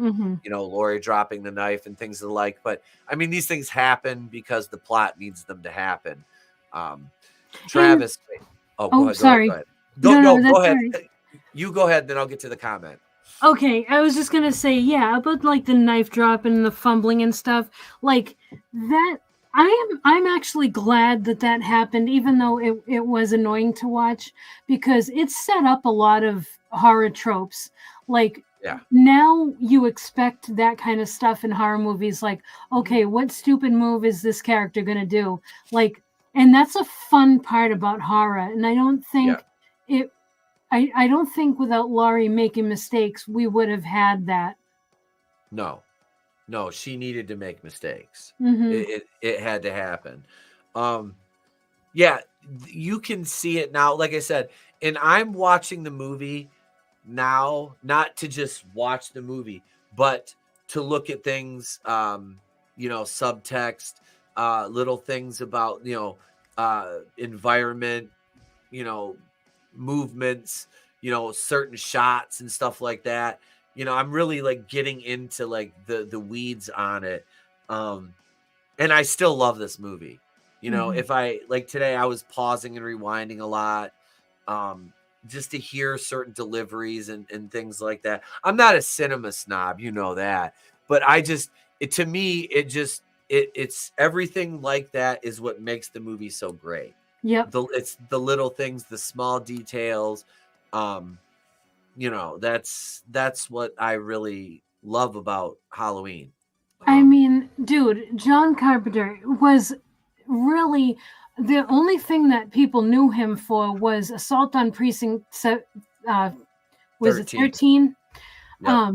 And that really wasn't that big of a deal. He had just made it like in movies at that point, and what he pulled off with this movie with a small budget and everything, and I cannot give him enough credit because the way he framed the certain parts of the movie, he would have like you would be looking over a character's shoulder and there's Jason, and then you'd look again and Jason's gone. Hey, J-Man. What up, J-Man? That's awesome. And yeah, just like the cinematography in this movie, and I'm the same as you. I don't really get into that kind of stuff with movies, but this movie, I really feel like John Carpenter does not get nearly enough credit for what he pulled off on this movie. And the whole thing was filmed in like 4 weeks. Yeah. This and all the things in the movie carries over. Like, this is a timeless movie. Mm-hmm. There isn't anything that's like, oh, look at, that cell phone. You can tell that's from the early 90s. There's none of that. Everything in this movie, 20 years from now, will still look good. Yeah. Yep. And, we were talking about the cinematography and the shots. That's Dean Cundy. That is the fucking, and like I said, I can't stress this enough. This man is a fucking legend, is a cinematographer. Jesus. He made this vision look as good as it did. You know what I mean? Mm-hmm. Like there was, yeah. And I love his signature, those wide shots that he does, which, like we talked about last week, are super prevalent in Halloween 3 Season of the Witch. God. And I went into those in my video, which I'd been keeping those videos to like, 11 to 13 minutes. And that one went 23 on Halloween 3. It's like, can you tell I really like that movie? But no, Travis was talking. This is in response to me liking Ellie Cornell's character Rachel better than Laurie Strode. He says, I'll give a hotter take and say I like Tina more than Rachel. She's annoying and unlikable most of the time, but there's a sense she's hiding something under that party girl facade. I have disliked that character since I saw that movie when I was 9 or 10 years old when it hit pay-per-view. I remember seeing the trailers for Halloween 5 on Viewers Choice pay-per-view because we still got it for free at that point, and I was so fucking excited because Halloween 4 had just come out, less than you were under a year away, and it hit theaters, and I didn't get to go to theaters. I'd been to see Jason Takes Manhattan in the theater, which I snuck into with my older cousin. He was 10 and I was 8. We snuck in to see that, which was fucking awesome. But I didn't get to see the Halloween these in the theater. And, you know, so seeing it on pay-per-view as soon as it hit before it was on VHS was like the next best thing. And I saw the trailers, you know, and I was fucking excited. And then I watched the movie and I was like, it was, you know, as a kid, it was like, oh, you know, it was okay. It's Michael Myers. But then you get older and it's like you see how badly that movie is aged. I do feel like there was more that could have been done with Tina's character, Travis. I won't ever like that character. But there was way more that they could have done with her. Absolutely. But yeah, there was more. You could tell. You could tell there was more. You're talking, okay, so he's going back to Halloween. He says, for me, I like Loomis, the music, and the atmosphere. Otherwise, it's aged kind of badly for me. 2 out of 5. No, I respect the opinion. I don't agree, but everybody's got their own rankings. Without this movie, we'd have the thing. Holy shit! Yep. You, like I said, Godzillionaire, our good friend Godzillionaire is going to have the Thing 3 movie collection sent to him from us here at Wrestling with Hara. That's the Thing from Another World, the 1984 Thing, and of course the 2011. So we'll get that sent out to you, sir. That's awesome. That's a great score. Congratulations, Godzillionaire. Yes, sir. We're happy to give back to our supporters. Thank you, Godzillionaire, for supporting the channel, man. We appreciate you and all of our channel members. Before I ramble anymore here, Trina, I'm going to take a moment to once again we'll thank our channel members and our Patreon backers here with this.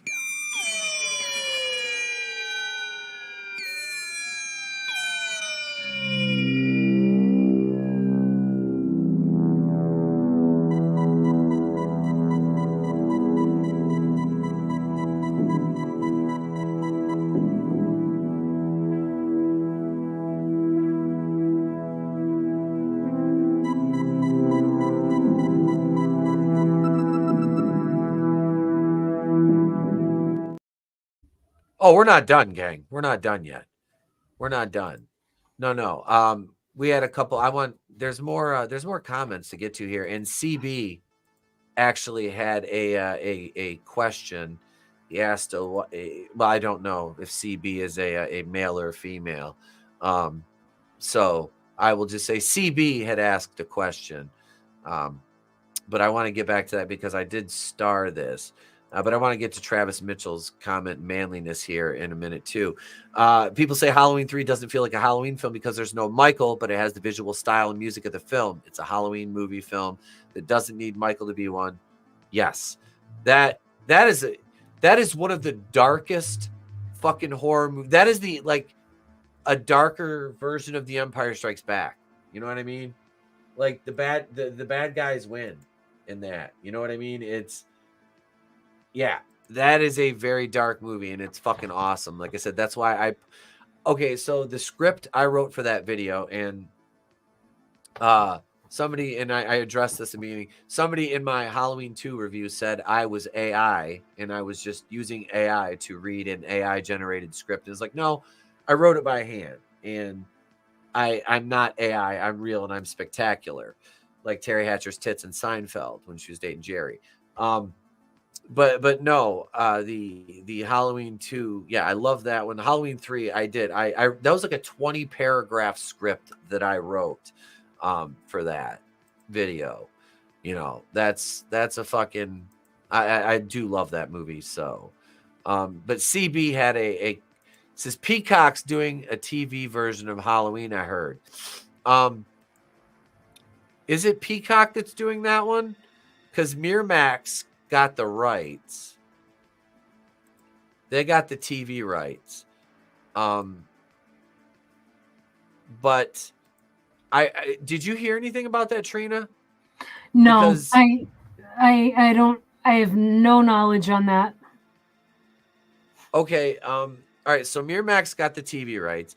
And the last idea, because I listened to some other channels that were talking about it, and I thought it was going to be like Haddonfield that was going to center on like Loomis or something like that, which I'm all right with that, but they got to be very careful casting him. You know what I mean? Yep. When are we going to get an Etep horror movie?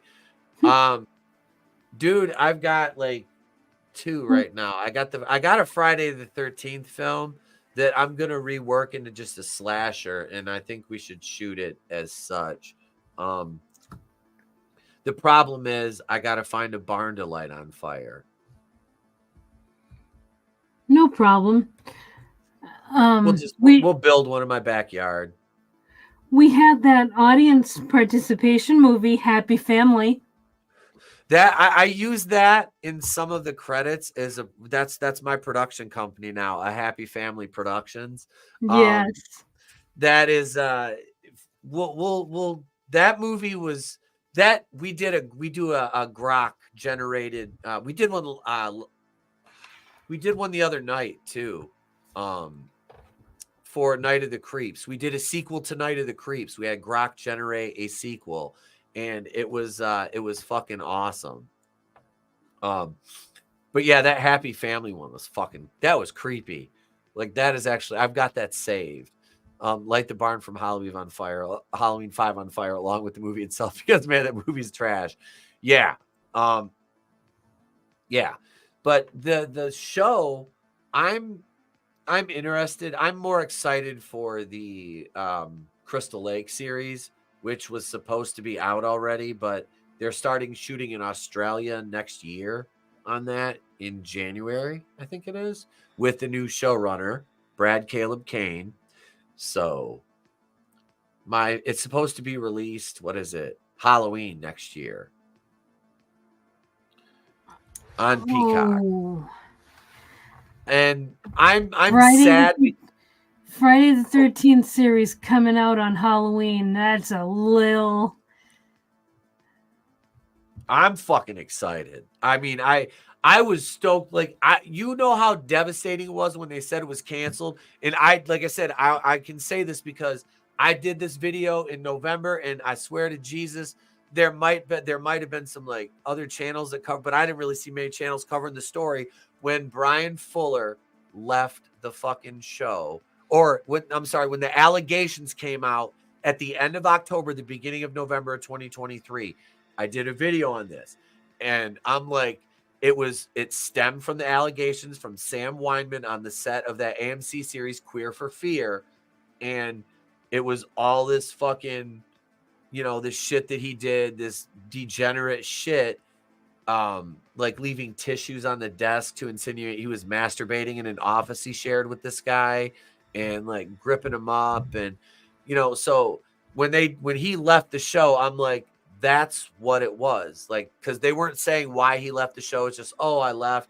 I said it's because of the fucking allegations, guaranteed. And then it came out it's because it was the fucking allegations, and then the show got delayed, and then they hired a new showrunner, and Fuller was gonna do one movie for 4 seasons, like the first, or it would have been like 2, 3, and 4, 1 through 4. They had 2 seasons guaranteed, or else they would have had to pay a financial penalty, but they had an option for 4 if the first 2 were well received. So he was going to take each of those, and like the first season would have been Friday the 13th. The second would have been part 2, part 3, and part 4. And he's like, they have the rights to use anything they want. Because Brian Fuller had joked around at one point and said, if we go 10 seasons, I'll take Jason to space. We can do whatever we want. They had oh my God, what was it? For the season, the first season was like a $80 million budget, something like that, $80 or $90 million budget. Wow. There's never that. Yeah, it was like $8 to $9 million an episode. It broke down to for 8 episodes, something like, or no, more than that. It was like 10 million episodes, something stupid. It was a higher production budget than they'd ever had for a Friday the 13th movie, and it was for a series. So these episodes were, I mean, think about the budgets they had on these movies when they started and what they did with them, with the Yeah. effects, what they could do now with that and use practical. I mean, because that's where it's at with these, you know, and Terrifier is proof of that. I know you love Terrifier. Oh yeah. But no, so I'm the one thing that makes me sad is I don't know how much Adrienne King will be involved now. Because she was going to play a role in the new one, and I don't know if her involvement is still what it would have been, because I don't think they're going to go with the Brian Fuller approach of remixing a movie. Like there was one episode that was going to have an hour-long chase scene, and I heard people say, "Oh, how the fuck are you going to do that?" Well, you don't show a chase for an hour. You show snippets of a chase. Mm-hmm. You have flashbacks during the chase scenes. Like you start out the episode, you go right into whoever it is being chased. You see them running away, and silhouette the killer. Jason. Well, if it was the first season, it would be Pamela, because what's her name? Charlize Theron was going to play Pamela Voorhees. I can see it. I think that would have been fantastic, honestly, because Betsy Palmer was like a home run for them in casting. Mm-hmm. So, yeah, that would have been. I think that would have been a solid performance from her. But the chase scene, so say you've got Charlize Theron as Pamela, and she's chasing, one of the female counselors or whatever. You just see this chick take off running, she's slipping, she's falling, and then you cut to a flashback, and that's you have like it's going to be like probably a 40, a 50, maybe a 55-minute episode, something like that. So in obviously no commercials. So in that time, you only have about so you have 4 minutes of present time sequences, like 9 minutes of flashbacks, and then your final act is the end of the chase scene. Snap back to the present. You know what I mean? You kind of does that make sense? Yeah, absolutely.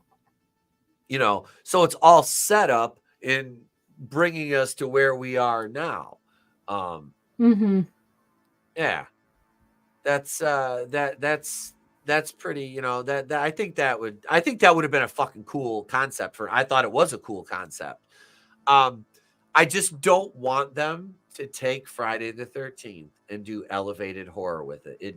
That's not what it is. That's not where it lives. That's not where it's at with this shit. I can't even imagine a Friday the 13th in the style of elevated horror. Like I don't. How do you take a slasher and make it elevated? I don't even know how you can do that. In a Violent Nature kind of tried to do that somewhat, didn't they? Kind of. Well, they got into the a little bit of the psychology of him as far as his background and stuff, and like when he saw the little truck on the keychain, that triggered him back, like to go into childhood. So when we saw they took his mask off, which was a horrible idea. I still wouldn't call that elevated horror, though. Yeah, I don't.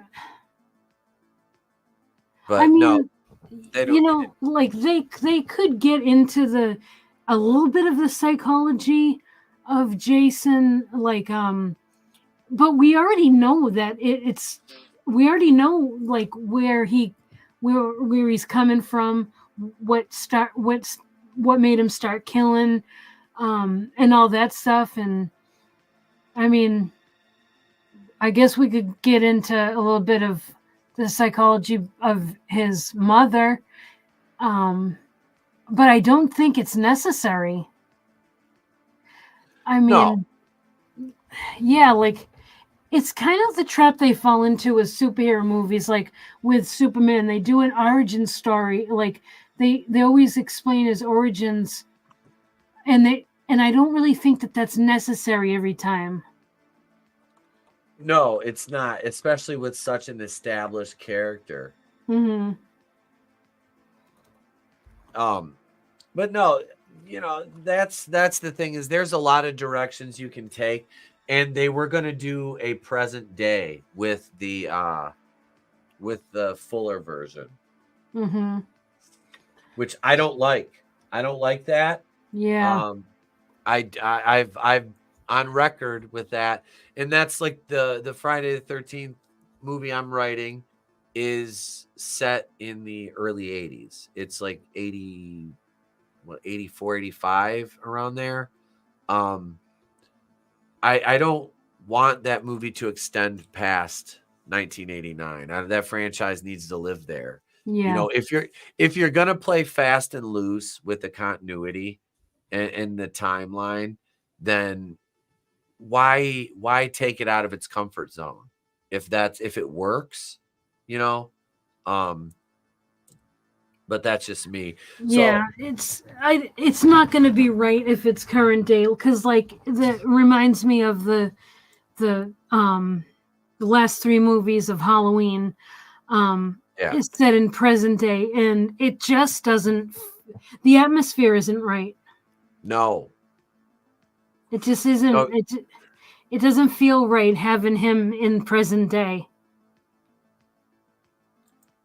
No, you're missing some of that. What makes it really special, you know? I will say that Halloween 5, that at least still had the feel of, outside of the fact that the Myers house was absolute fucking garbage in that one, because they made it that like huge Victorian house, which didn't make any fucking sense. Yeah. Yeah.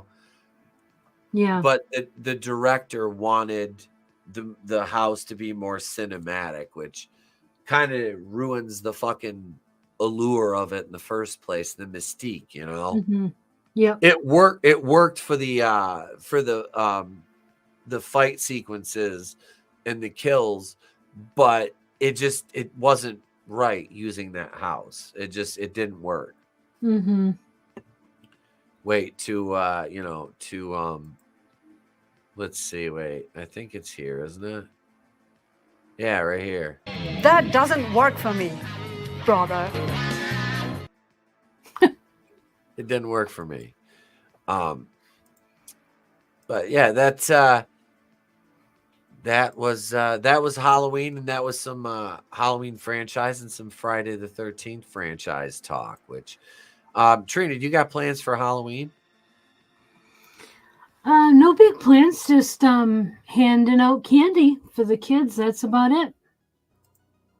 Same. I'll be dressed as Michael Myers again this year, handing out candy. Nice. Michael Myers? Yep, I did. I dressed up like Jason 2 years ago, and I was Michael last year, and I like the Michael Myers costume because I can dress nice and warm underneath it.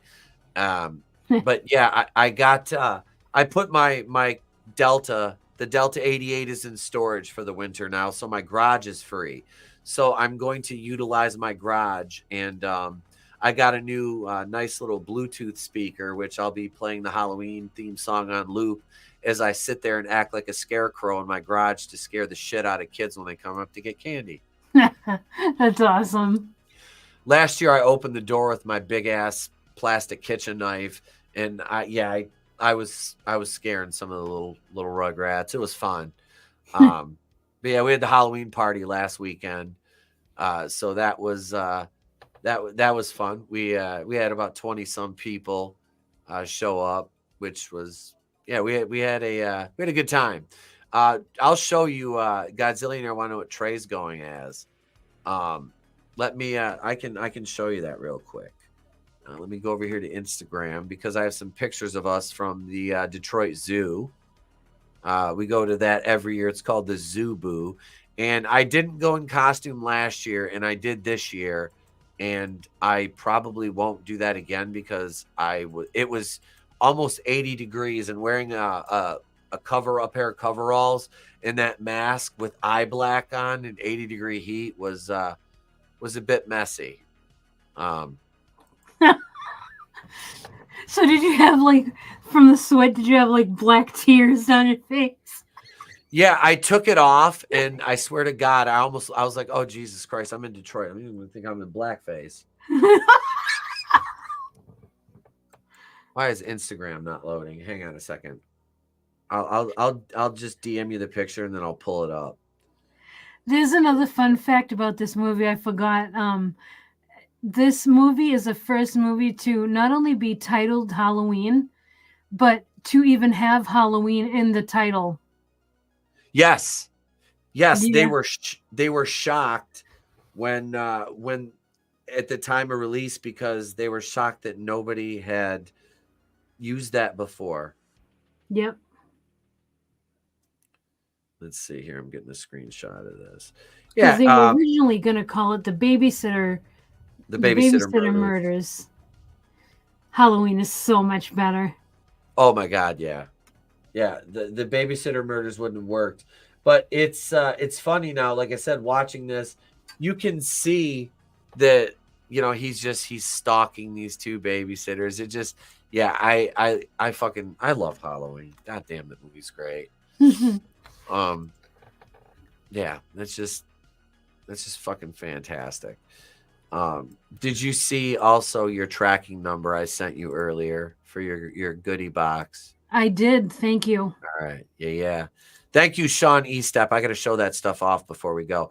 Here's me and Trey at the Zubu. He is a Grim Reaper that's like on fire. That's cool. Very cool. Yep, that's his costume. But yeah, it was hot as fuck that day. I'm like, oh my God, I was dying under that fucking mask. Yeah, I bet. And then it was during the day, like they have like different times you can go, and we went at like 2:00. So like I'm walking around in broad daylight in the fucking costume. It was kind of like, you know, there was a bunch of people in costume, but I was just like, I'm just gonna get a t-shirt next year. But yeah, so Sean Etep, folks, I got a Chucky, and a Freddy, and a Jason, and a Linda Blair, which Trina's getting one of these, and a nun, which I shipped out today, and books we got this time. We got Weird, Scary, and Unusual, which these are haunted histories and mind-blowing mysteries. Yeah, those are awesome.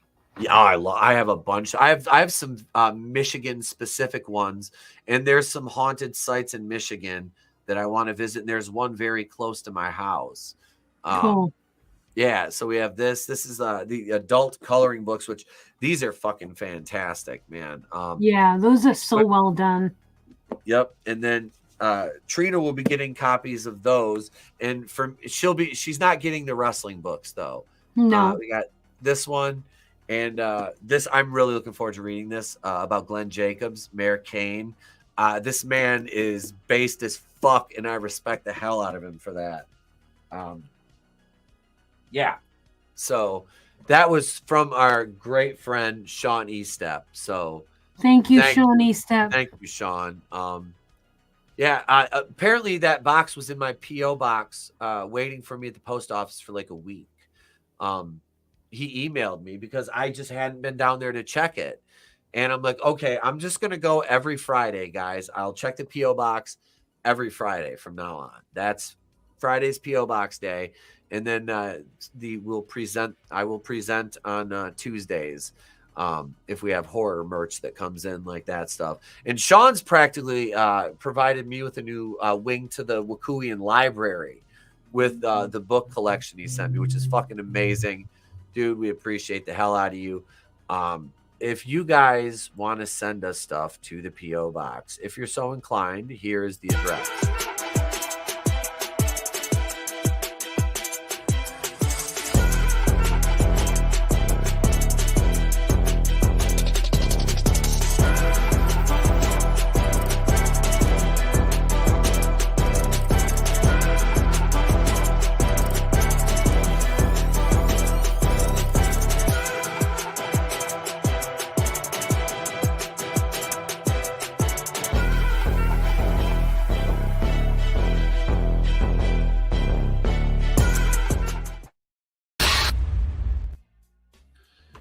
Yeah, and tomorrow night, right back here, same bat time, same bat channel. We'll start at 8:35 Eastern.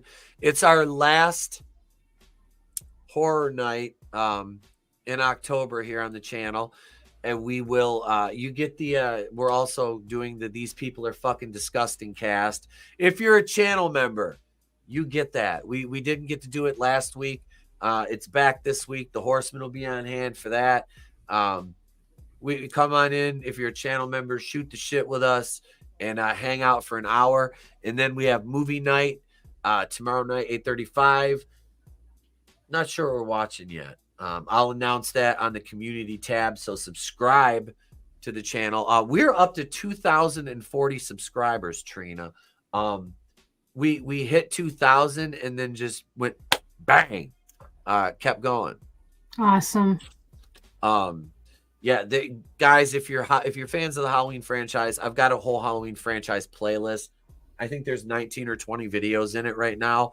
Some of them are news videos. I recently did a couple of those. I've got another one in the hopper for tomorrow. I'm going to start working on the H2O video tomorrow, which means I got to watch it and write a review, which I'll be doing. Trina, what do you got going on the rest of the week? Rest of the week. Not sure. Halloween's coming Thursday, so yeah, that's about it. And Godzillion, that's a good question.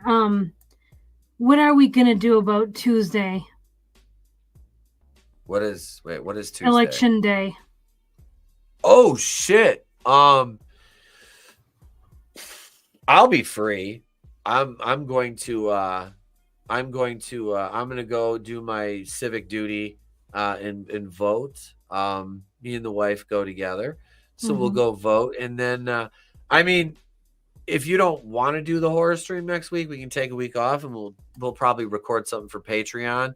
If you're down to do the stream next week, that's fine. I kind of want something to take my mind off of it because I really don't watch much coverage on election night, barely at all. Yeah. So I can't. Yeah. Same. I'll wait till fucking Wednesday morning and wake up and see if there's bombs falling from the sky, and if I have to walk outside and yell Wolverines. No, it's gonna be a great day. I think so too. So yeah, well, yeah, we'll just have to we'll have to discuss it. I'm not really sure. Yeah, not really sure right now, Godzillion, but yeah, that was a good question. Yeah, no, that's it for me. This for this week is Halloween, and yeah, it was awesome. The stream was awesome. Thank you, Etep, and thank you to all of you guys who tuned in to watch us and talk with us. We really appreciate it. And anybody watching on the replay, thank you as well. Other than that, I hope you all have a great week and happy Halloween. We'll see you guys tomorrow for movie night. Happy